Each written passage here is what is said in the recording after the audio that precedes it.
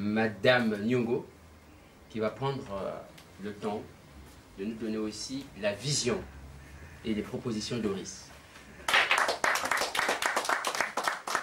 Bonjour, merci Arsène. Je souhaiterais déjà commencer par vous souhaiter une bonne fête de l'indépendance. Donc 57 ans, c'est pas rien. C'est déjà un peu plus d'un demi-siècle que nous sommes dans l'aventure de la République congolaise, République qui est encore toute jeune et pour laquelle nous allons encore verser, je crois, des larmes, de la sueur, du sang, avant qu'elle devienne cette République mature qui répondra un jour aux besoins de nos concitoyens. C'est un peu faux. Ouais. Okay. Ouais. Merci. Donc, mes chers compatriotes, comme comme certains avant moi ici, malgré, je disais, ce contexte de fête d'indépendance, le constat est que nous sommes nombreux à partager le même sentiment. Je vois, j'entends des tons qui sont graves, je vois des mines qui sont défaites, je sens des relents de colère parmi nous, parmi beaucoup de Congolais qui estiment que, et à juste titre, que le pays s'enfonce de plus en plus dans le chaos. Et aujourd'hui, comme l'a dit un frère avant moi, on devrait plutôt se retrouver dans une salle colorée avec des ballons, des bonbons, avec nos enfants, à expliquer au fait c'est quoi l'indépendance, pourquoi on est là. Mais on est là au fait en réalité parce que le pays ne se porte pas bien, parce qu'il va mal tout simplement. Et hier, comme beaucoup d'entre vous, donc j'ai écouté le discours du président de la République, de M. Sassou Nguesso, qui disait, qui rappelait que la fête de l'indépendance est une tradition qui sert à entretenir la mémoire. Alors, de quelle mémoire parlons-nous? Depuis 57 ans, on a l'impression que la mémoire du Congo est une mémoire qui est entachée de violence et voilà deux générations qui vivent dans la violence et une troisième génération qui s'apprête aussi à connaître cette même violence. Une violence dont on connaît les origines. Parce que elle est au fait le résultat de la gestion du pays par une certaine classe politique, une classe d'aînés malheureusement qui n'a pas su apporter dans notre société les questions fondamentales qui auraient fait qu'on pourrait s'élever au-dessus de nos différences, au-dessus de nos contradictions. Et aujourd'hui, on a cet héritage, mais une mémoire qui est brisée et avec laquelle on nous demande d'avancer et de construire quelque chose. Est-ce possible? Donc j'aurais bien voulu que M. Sassou Nguesso, qui représente un peu la figure de cet ancien monde-là, qui est toujours là au milieu de nous, malheureusement, un ancien monde, un vieux monde qui ne veut pas partir, qui est toujours là présent, qui nous explique quelle est cette mémoire, qu'est-ce qu'on doit entendre par cette mémoire et comment on doit l'entretenir, comment on fait, nous, pour entretenir cet héritage douloureux. Et donc, la violence, c'est aujourd'hui ce qui caractérise, on va dire, notre société, nos relations, dans nos mots, dans nos façons de faire. Il y a toujours ces relents de violence qui aujourd'hui effraient même tout le monde.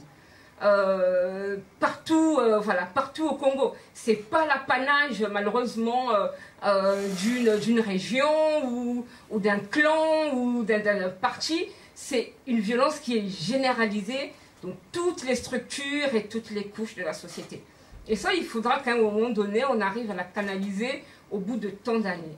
Parce que ce n'est pas normal que dans un pays comme le nôtre, où on est pourtant assez proche, on n'est pas si différent de ça, on n'est pas si différent que ça, nos langues se ressemblent, nos coutumes se ressemblent, qu'on se batte et se déchire sur des questions ou à propos de prétendues de prétendues différences tribales ou claniques ou politiques, voilà. Voilà. Et c'est à se demander à un certain moment, voilà, aujourd'hui on dit oui, nous sommes dans une dictature, voilà, une dictature qui perdure, soit dans une tyrannie, mais je ne vois pas forcément les choses de cette façon-là. Parce que la dictature en elle-même, originellement, voilà, c'est une transition. Il y a beaucoup de pays qui l'ont connue, et ça reste originellement une transition qui permet, après une longue période d'instabilité, de ramener l'autorité de l'État et l'ordre dans une société, même quand les droits, en tout cas, tout en suspendant les droits. Mais c'est une transition qui permet d'aller vers un lendemain meilleur. Lorsqu'on ne passe pas, lorsque la transition ne se fait pas, quand la dictature perdure, on tombe dans la tyrannie. Et aujourd'hui, cette transition, le temps de la transition est passé. Monsieur Sassou est toujours là. On est dans la tyrannie, mais la tyrannie en elle-même, elle est devenue pour beaucoup une grosse farce. Une grosse farce parce que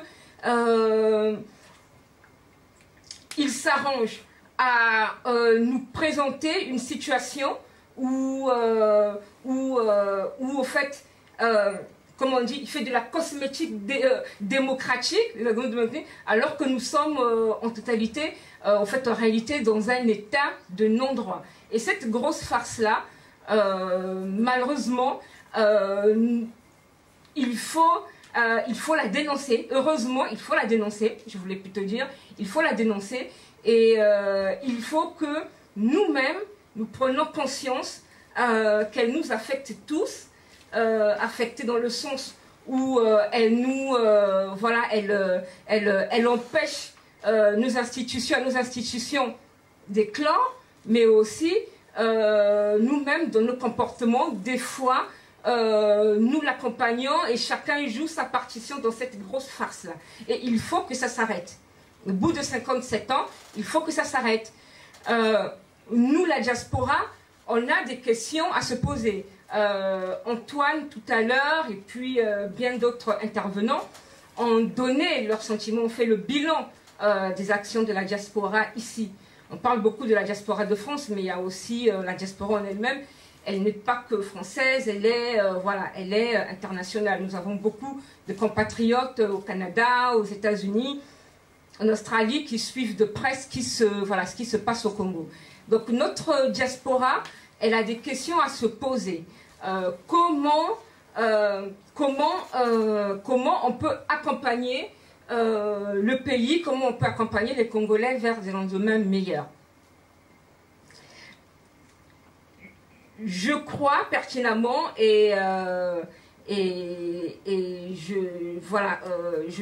j'espère que parmi vous, en tout cas j'espère que beaucoup partageront mon point de vue, personnellement, qu'une diaspora, au départ, elle est là pour apporter des alternatives et des solutions crédibles. Son but n'est pas de vider de son sens l'opposition politique qui est au pays. son but n'est pas de se substituer à l'action citoyenne et populaire au pays. Elle est là pour essayer d'éclairer la classe politique qui est au pays. Elle est là pour renforcer les capacités de la société civile. Elle n'est pas là. Elle n'est pas là. Elle n'est pas là pour devenir l'opposition frontale à un régime aussi inique soit-il. Elle est là parce qu'elle doit apporter au sein de notre société ce qui nous manque le plus. Et ce qui nous manque le plus, c'est l'expérience qu'ont vécu d'autres sociétés avant nous. Je fais référence aux sociétés occidentales asiatiques, qui ont à un moment donné, pour impulser le progrès et le développement dans leur société, ont mis au cœur de leur système ce qu'ils ont appelé à un moment donné la pensée rationnelle. C'est-à-dire qu'à un moment donné, il y avait eu des dictatures dans ce pays, il y a eu des dictatures dans ce monde, mais des intellectuels ont répondu là où il n'y avait pas de sens du tout, ils ont mis de la raison. Là où il n'y avait pas de raisonnement, ils ont mis de la pensée. C'est comme ça qu'ils ont fait avancer les choses. Et donc à un moment donné, je crois que la diaspora, elle doit essayer de se situer au-dessus de ce qui se passe au Congo. C'est de prendre de la hauteur. C'est important parce que on ne peut pas répondre à la bêtise par la bêtise. On ne peut pas répondre à la violence par la violence. Sinon, c'est continuer à entretenir la violence et on va la laisser en héritage à nos enfants. Ça, c'est pas possible. Je ne veux pas que mes neveux et tout ça, dont 10 ans, connaissent la même chose. C'est pas possible. On ne peut pas continuer à insulter. La culture de l'insulte, c'est pas possible. On ne peut pas laisser ça à nos enfants. Ça s'écrit. Ça rentre dans l'histoire. Et rien ne s'efface. Les choses continuent à subsister.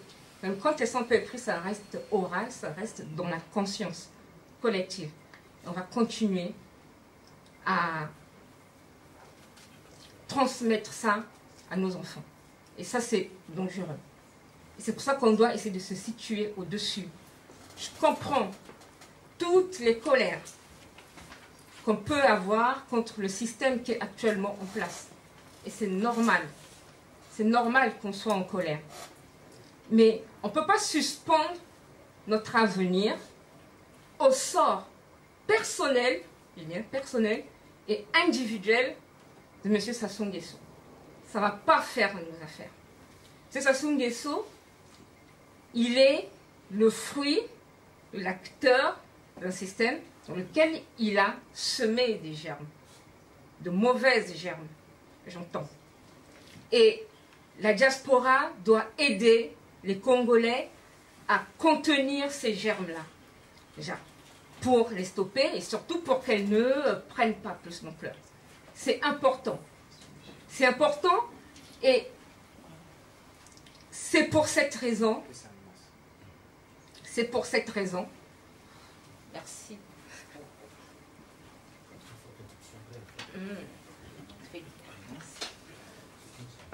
C'est pour cette raison que nous devons nous poser des questions sur notre posture et sur notre démarche.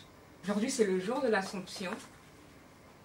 Et je ne peux pas m'empêcher de penser à quelqu'un qui, dans sa vie antérieure, fut très manichéen et à un moment donné, a complètement changé. Je veux parler, alors je pense à saint Augustin d'Hippone, qui fut ce grand penseur que tous les chrétiens ici sont censés connaître, qui fut ce grand penseur de la chrétienté, qui a fait la césure entre les philosophes antiques et la pensée chrétienne nouvelle qu'il a impulsée à son époque. On ne peut pas, à un moment donné, après avoir fait sa propre autocritique dans ses confessions, il s'est rendu compte lui-même qu'on ne peut pas rester dans une position manichéenne tout le temps. manichéenne comment? C'est-à-dire qu'on ne peut pas se dire qu'on va essayer de détruire l'ancien monde, c'est-à-dire le système, l'existant, en se coupant, en fait, le monde dévoilé, en se coupant complètement de lui. C'est pas possible. Parce que, même dans l'existant, aussi ignoble soit-il, il y a les germes de sa propre naissance. Donc, on ne peut pas, donc il faut toujours rester subtil et accompagner l'existant vers le bien, c'est-à-dire partir du mal vers le bien en l'accompagnant. Les approches peuvent être diverses et toutes, elles peuvent être légitimes. Mais à un moment donné, il faut que nous, diaspora, en plus, qui sommes dans une société, qui vivons dans une société qui a été façonnée par cette pensée rationnelle, qui a été façonnée par l'esprit cartésien français, et on se réclame tous d'une façon ou d'une autre la France, qu'on s'éloigne des postures qui sont moyenâgeuses et qui ne vont pas emmener notre société vers une société de progrès où un jour on va commencer à se poser les vraies questions. Donc, mon message, à moi aujourd'hui, le message d'Horis, c'est de dire aux Congolais, et je vais m'arrêter là, j'aurais pu m'étendre encore plus longtemps, qu'il y a une crise qui est là, depuis 2014, elle est là. Le seul message d'espoir que je peux leur donner en attendant, et ça vient d'une grande dame, aujourd'hui qui est Premier ministre en Birmanie, Aung San Suu Kyi, à l'époque où elle était arrêtée. Elle était en résidence surveillée et que les Birmans venaient la voir pour lui demander « mais qu'est-ce qu'on fait ?» Voilà. Et leur expliquer « vous êtes dans une situation pour l'instant historique qui est celle-là. Pour l'instant, en attendant que les jours meilleurs arrivent, if you are feeling helpless, help someone. » C'est-à-dire si vous vous sentez impuissant, commencez à aider les gens. Et là, vous serez déjà dans l'action et vous allez commencer à changer les choses comme ça. Voilà ce que je pouvais dire. Au nom d'Horis, merci.